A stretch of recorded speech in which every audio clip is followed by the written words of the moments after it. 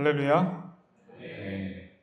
오늘도 수요 예배 자리에 나오신 여러분을 주님의 이름으로 환영합니다. 네, 오늘도 고생 많으셨습니다.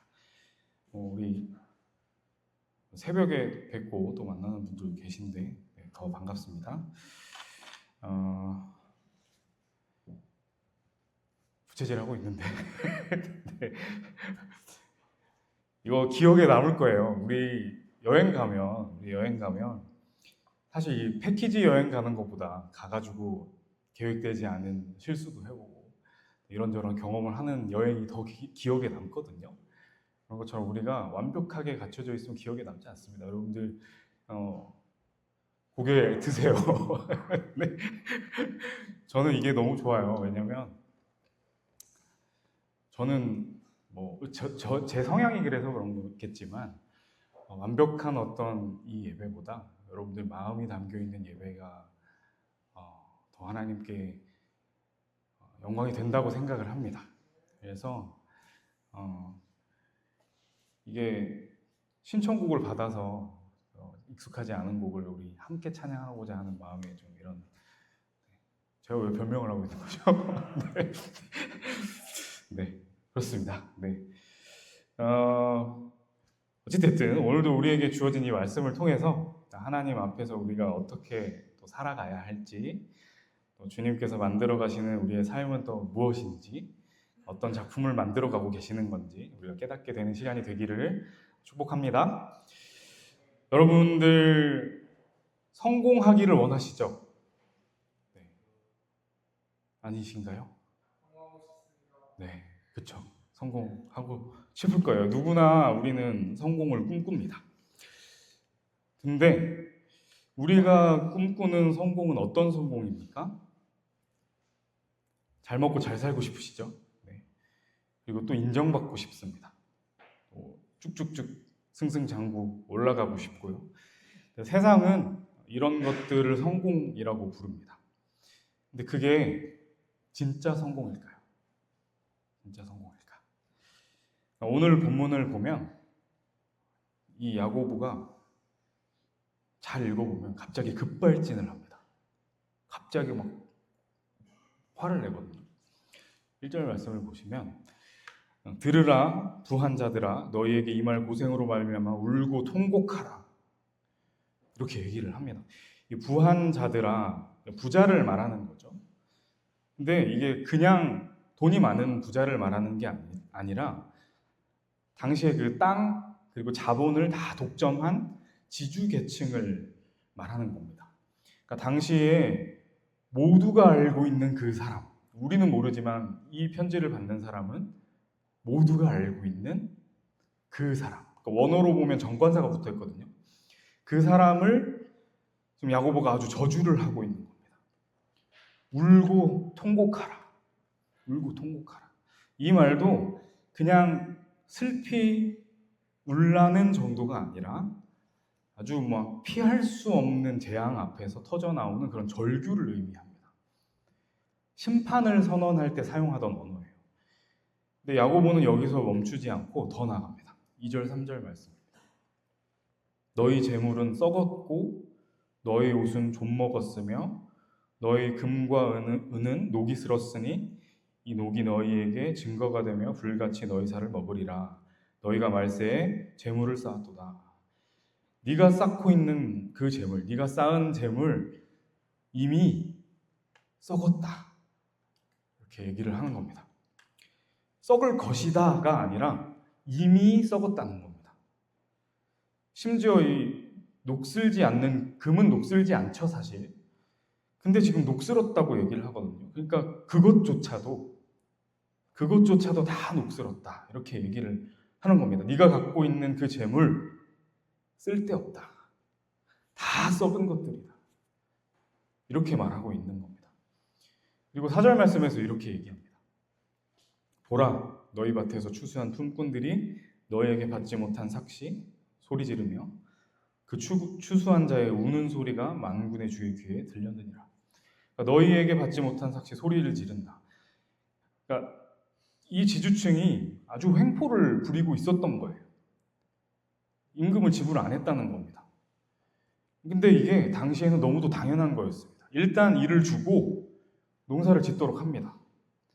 근데 이 일꾼들은 먹고 살려면 이 지주가 시키는 대로 일을 해야만 했습니다. 그래야 먹고 살 수 있으니까. 근데 이 사람들이 추수를 하고 나면 입을 싹 닦는 거예요. 그러니까 뭐 지금처럼 계약서가 있어가지고 계약서를 쓰고 그걸 이행해야 되는 게 아니니까 그냥 임금을 그냥 지불하지 않아 버리는 겁니다. 근데 당시에 그 임금은 지금처럼 그냥 돈 떼었네 이 정도로 생각할 게 아니라 당시의 소득은 곧 먹는 문제로 바로 직결됐습니다. 그러니까 이 지주층의 횡포 때문에 말 그대로 굶어 죽는 사람들이 생겼었던 거예요. 그래서 이 야고보가 너희들의 횡포로 우는 자들의 소리를 하나님이 들으셨다. 이렇게 얘기를 하고 있는 겁니다.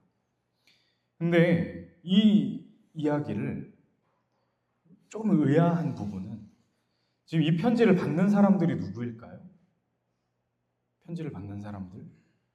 막 지금 지주층들에게 뭐라고 막 저주를 퍼부으면서 욕을 했는데 지금 이 편지를 받는 사람이 누굴까요? 1장 1절에 보시면 흩어져 있는 12지파에게 편지를 보낸다고 기록합니다. 그러니까 디아스포라, 흩어져 있던 사람들, 그러니까 박해를 피해서 뿔뿔이 흩어져 있던 사람들에게 보낸 편지입니다. 야고보서가. 근데 이 사람들이 성공한 사람들이 아니잖아요. 지주층이 아니라 오히려 그들의 횡포에 어려움을 겪는 당사자들이었습니다. 근데 야고보는 왜 이 사람들에게 보낸 이 편지에다가 막 지주층을 욕하는, 저주하는 그 글을 쓴 걸까? 왜 욕을 퍼붓고 있는 걸까? 두 가지 이유가 있습니다. 두 가지. 첫 번째는 위로입니다. 위로. 그러니까 대신 욕해주면 속 시원하잖아요. 그렇죠? 그러니까 너희를 짓밟은 그 사람들, 그들의 재물 다 썩은 것들이다. 의미 없는 것들이다. 그리고 그들의 악독함 하나님이 아신다. 너희들의 그 울부짖는 소리 하나님이 들으셨다. 만군의 하나님이라고 표현하거든요. 만군의 하나님. 신약에서 2번밖에 사용 안 되는 표현인데 최고 사령관이신 하나님이시라는 겁니다. 그분이 아신다. 그것 자체로 위로가 되는 거죠. 하나님이 아신다. 그리고 두 번째는 진짜 성공이 무엇인지를 알려주려고 하는 겁니다. 지금 이 지주층들의 성공, 썩은 것들이라고 얘기를 했죠. 그렇다면 진짜 성공은 무엇일까요? 진짜 성공. 6절 말씀입니다. 너희는 의인을 정죄하고 죽였으나 그는 너희에게 대항하지 아니하느니라. 갑자기 6절에서 그가 등장합니다. 그 의인. 누구일까요? 예수님이십니다. 예수님. 이사야서 53장 7절에서는 이렇게 기록을 하거든요. 그가 곤욕을 당하여 괴로울 때에도 그의 입을 열지 아니하였으며 도수장으로 끌려가는 어린 양과 털 깎는 자 앞에 잠잠한 양같이 그의 입을 열지 아니하였도다. 예수님은 얼마든지 대항하실 수 있었습니다. 당시에 이 사람들이 예수님에게 기대했던 게 있거든요. 이 체제를 뒤집어 엎고 이 억압하고 있는 이 로마를 심판해 주기를 바랬었거든요. 근데 체제를 뒤엎을 수도 있었고 억압자들을 심판하실 수도 있었습니다. 얼마든지 그게 가능하셨을 거예요. 근데 예수님은 그렇게 하지 않으셨습니다. 아주 처절하게 십자가의 길을 가셨습니다. 왜요? 왜 그러셨을까요? 사람들이 원하던 이 체제 전복과 그 승리는 우리를 살리는 길이 아니었기 때문입니다. 그러니까 세상이 말하는 성공, 이기고 올라서고 뒤집어 엎는 그 일로는 우리를 살릴 수 없기 때문입니다. 이 부자들은 품꾼의 그 삭슬, 그 임금을 빼앗았습니다. 지불하지 않았어요. 그러나 주님은 우리 죄의 값을 대신 치르셨습니다. 부자들의 재물은 썩은 것입니다. 그러나 그분의 그 십자가와 부활은 영원히 썩지 않는 생명을 낳았습니다. 더 나아가서 대항하지 않는다라는 말이 현재형으로 기록되어 있습니다. 현재형으로. 그러니까 그 대항하지 않으심은 지금도 여전히 계속된다는 얘기예요. 그 은혜가, 그 사랑이 지금도 살아있다는 겁니다. 지금 이 자리에 있다는 겁니다.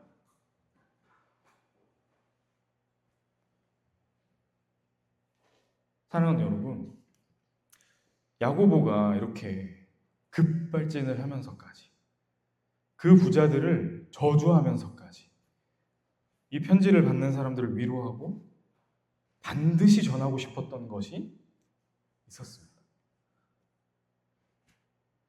세상의 성공은 성공이 아니다.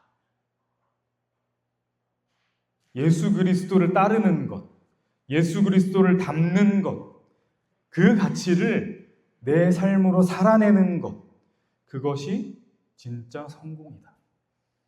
이 얘기를 하고 싶었던 겁니다. 우리도 마찬가지예요. 우리도 마찬가지로 성공을 꿈꿉니다. 인정받고 싶고, 올라서고 싶고, 뭔가 쌓아나가고 싶습니다. 그 과정 중에 때로는 우리가 누군가의 우위에 서 있게 될 수도 있고, 때로는 반대로 우리가 누군가의 핍박을 받을 수도 있습니다. 네, 여러분, 어떤 상황에서든 우리의 선택은 예수님을 따라가는 것이어야 합니다. 그러니까 내가 우위에 있다고 상대를 짓밟는 것이 아니라 그 사람을 섬길 수 있어야 하고, 내가 어려움을 겪었다고 해서 그걸 갚아주려고 하는 것이 아니라 오히려 그것을 대항하지 않고 십자가를 지고 주님께 맡겨드리는 것입니다. 그게 우리가 해야 될 일이라는 거예요. 바보같이 당하고 있으라는 얘기가 아닙니다. 당하고 있으면 안 돼요. 네, 여러분 스스로 지킬 줄도 아셔야 됩니다. 근데 그 모든 상황을 하나님께 맡기라는 이야기입니다. 하나님을 의지하라는 이야기입니다. 한번 생각을 해보세요. 여러분, 예수님이 패배하셨습니까? 아닙니다. 예수님의 그 대항하지 않으심이, 그 침묵이 오히려 이 세상의 모든 것을 뒤집었습니다. 체제를 전복시켜서 뒤집어진 게 아니라 대항하지 않으심으로 뒤집어졌습니다. 그걸 실패라고 이야기할 수 있습니까? 없습니다. 우리의 삶도 마찬가지입니다. 우리의 삶도 어려울 수 있죠. 힘들 수 있죠.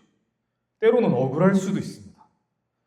그러나 그것이 진짜 승리가 되기 위해서는 우리가 그거를 보복하고 정복하고 짓누르는 것이 아니라 그 모든 걸 주님께 온전히 맡겨드리는 게 필요한 겁니다. 그게 진짜 성공입니다. 그게 진짜 성공입니다.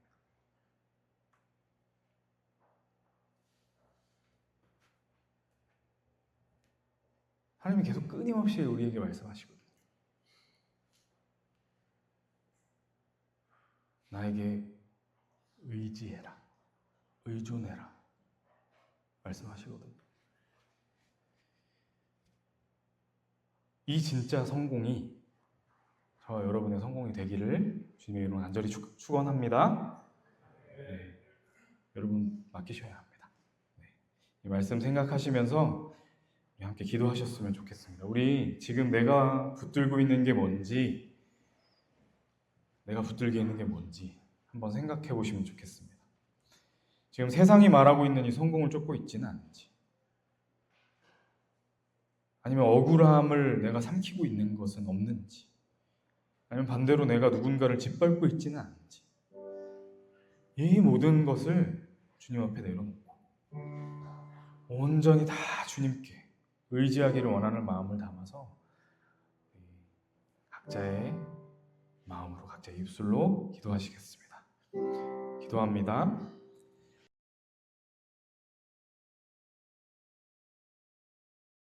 하나님 아버지 감사합니다. 오늘도 이 자리에 우리를 불러주시니 감사합니다. 우리는 성공을 꿈꿨습니다. 인정받고 싶었고 올라서고 싶었습니다. 그리고 그것을 위해 달려가다가 때로는 지치기도 하고 억울한 상황을 마주하기도 하고 말 못하고 속으로 삼킨 것들도 있었습니다. 지금 그 억울함을 만군의 주께서 들으신다는 것을 오늘 말씀을 통해 알게 하시니 감사합니다. 그리고 진짜 성공을 보여주시니 그 또한 감사합니다. 얼마든지 대항하실 수 있었지만 대항하지 않으신 그분, 그 대항하지 않으심으로 우리 죄의 삭슬, 죄의 값을 대신 치르신 그분, 그 십자가와 부활이 영원히 썩지 않는 생명을 낳았음을 오늘 다시 한번 기억합니다. 주님, 우리가 우위에 있을 때는 섬기게 하시고 억울할 때는 주님께 맡기게 하시고 어떤 상황에서든 우리가 예수님을 따라가게 하여 주시옵소서. 그 걸음 위에서 하나님의 작품으로 빚어져 가게 하여 주시옵소서. 이제 또 각자의 자리로 돌아갑니다. 또 그 발걸음 위에도 주님께서 함께 해주시고 주어진 삶의 모든 순간 주님께서 동행하여 주시옵소서. 이제는 우리 주 예수 그리스도의 은혜와 하나님 아버지의 크신 사랑과 성령의 내주하심과 교통하심이 대항하지 않으심으로 우리를 살리신 그분을 따라 우위에서는 섬기고 억울함 앞에서는 주님께 맡기며 예수 그리스도를 닮아가기로 결단하는 이 자리의 모든 주의 자녀들과 공화교회를 거쳐가는 발걸음과 사랑하는 우리 청년들과 모든 국군 장병들 머리 위에 이제로부터 영원까지 함께 하시기를 주님의 이름으로 간절히 축원하옵나이다. 아멘.